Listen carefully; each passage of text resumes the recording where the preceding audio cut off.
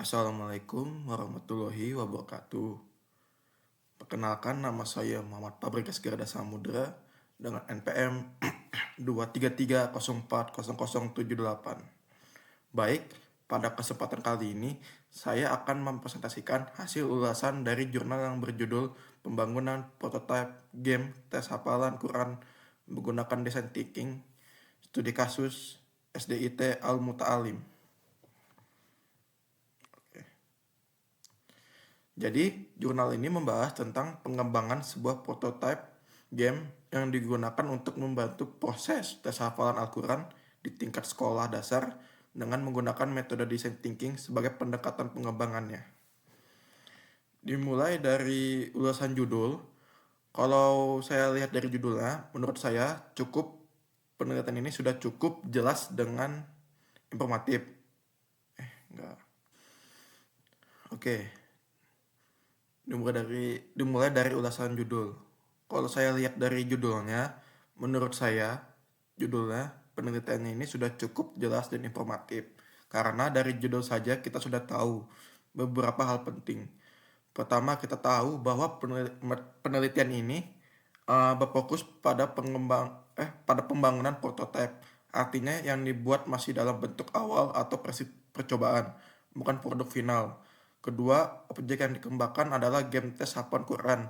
Jadi bukan sekedar game edukasi umum, tetapi spesifik untuk tes hafalan. Yang ketiga adalah metode yang digunakan adalah design thinking. Ini penting karena menunjukkan pendekatan yang digunakan dalam merancang sistemnya. Dan terakhir ada studi kasus di sekolah dasar di SDIT Al-Muta'alim sehingga konteks penelitian jelas. Menurut saya ini kelebihan dari judulnya karena pembaca langsung memahami arah penelitiannya. Namun memang judulnya cukup panjang. Meskipun begitu, dalam penulisan ilmiah, judul panjang masih diperbolehkan selama tetap jelas dan spesifiknya. Oke, dimulai dari ulasan abstrak. Selanjutnya pada bagian abstrak, di abstrak dijelaskan bahwa sekolah tersebut belum memanfaatkan teknologi digital dalam proses tes hafalan, sehingga siswa merasa prosesnya monoton. Masalahnya jelas, tujuannya juga jelas, yaitu membangun prototipe game menggunakan metode design thinking dengan tahapan empatis, define, ideate, prototype, dan test.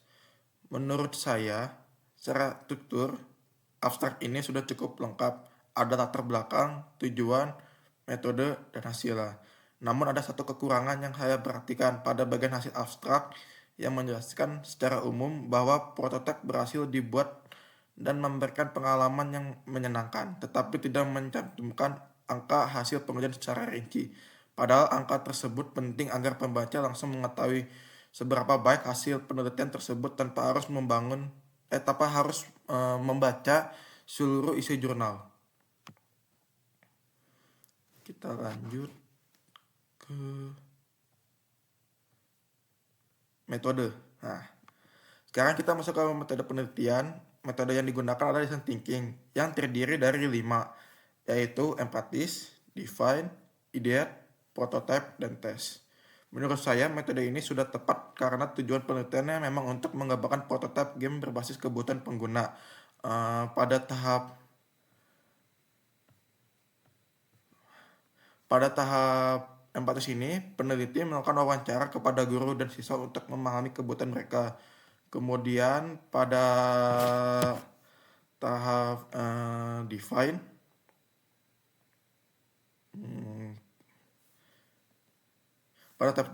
penelitian merumuskan masalah berdasarkan hasil wawancara. Lalu ideate, di mana peneliti menentukan konsep game seperti mekanik drag and drop, level permainan, dan desain visual. Setelah itu dibuatnya prototipe menggunakan Scratch dan akhirnya dilakukan pengujian usability. Namun ada beberapa catatan kritis. Jumlah responden yang digunakan dalam pengujian hanya 6 orang. Ini masih bisa diterima, tetapi jika ingin menyimpulkan bahwa game ini efektif secara luas, jumlah tersebut masih sangat terbatas. Selain itu, pengujian hanya berfokus pada usability, bukan pada peningkatan kemampuan hafalan siswa secara langsung. Untuk ulasan dan hasil diskusi, pada bagian hasil prototipe, game memperoleh nilai usability yang cukup baik, yaitu learnability dengan rata-rata 404, aspek memorability dengan rata-rata 3,9, dan aspek satisfaction dengan rata-rata 4,2. Artinya game ini mudah dipelajari, cukup mudah diingat cara penggunanya, dan memberikan kepuasan kepada pengguna. Ini menunjukkan bahwa dari sisi kenyamanan pengguna, game tersebut sudah baik. Namun diskusi yang diberikan masih berfokus pada aspek usability saja. Penelitian ini belum menguji apakah penggunaan benar-benar meningkatkan hafalan siswa secara akademik. Jadi bisa dikatakan bahwa game ini nyaman digunakan, tetapi belum tentu efektif dalam meningkatkan hasil belajar. Selain itu, karena jumlah respondennya yang terbatas yang tadi cuma 6, kekuatan kesimpulannya diambil juga masih terbatas. Sekarang masuk ke ulasan pendapat kesimpulan. Pada bagian kesimpulan ini, peneliti menyatakan bahwa prototipe berhasil dibuat menggunakan metode design thinking dan memperoleh hasil usability yang baik. Kesimpulan ini sesuai dengan tujuan penelitian karena memang fokus penelitian adalah membangun prototipe dan menguji usability.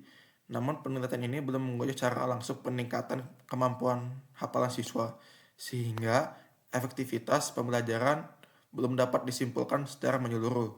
Menurut saya, untuk penelitian lanjutan ini bisa ditambahkan metode pretest atau post-test untuk mengukur apakah hafalan siswa benar-benar meningkat setelah menggunakan game tersebut. Oke, penutup. Secara keseluruhan, jurnal ini sudah cukup baik dalam mengembangkan prototipe game berbasis design thinking dan menunjukkan hasil usability yang positif. Namun masih terdapat ruang pengembangan, terutama dalam hal pengujian efektivitas pembelajaran dan perluasan jumlah responden agar hasilnya lebih kuat secara ilmiah. Demikian ulasan yang dapat saya sampaikan. Wassalamualaikum warahmatullahi wabarakatuh.